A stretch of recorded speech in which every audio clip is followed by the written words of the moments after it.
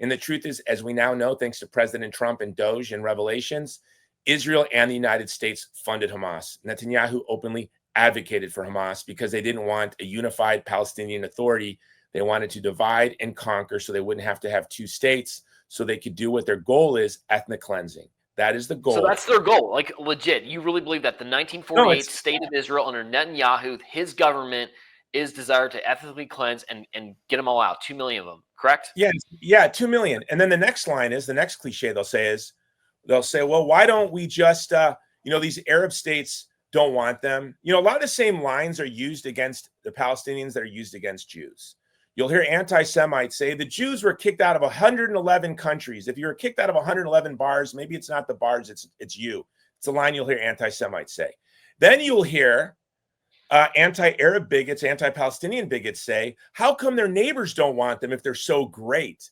Well, hey, I'm a Catholic. We're Catholics. We want a secure border. We don't want 2 million Mexican Catholics just getting up and walking into our country. Number one, countries have borders. Countries have economies. They have interests. But number two, Israel's rule is once a Palestinian leaves, they're never, ever, ever allowed back.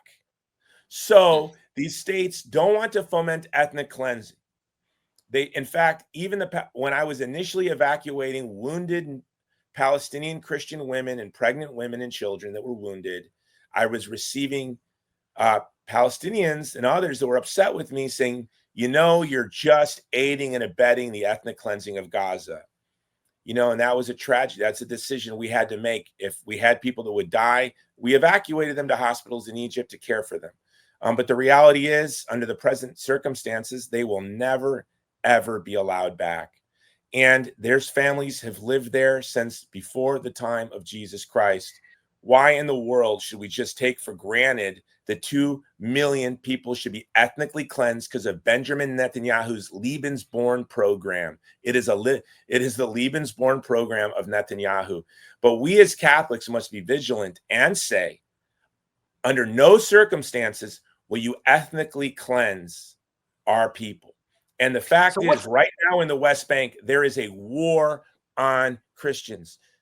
In the West Bank, what does the West Bank have to do with Hamas? It's under the Palestinian Authority.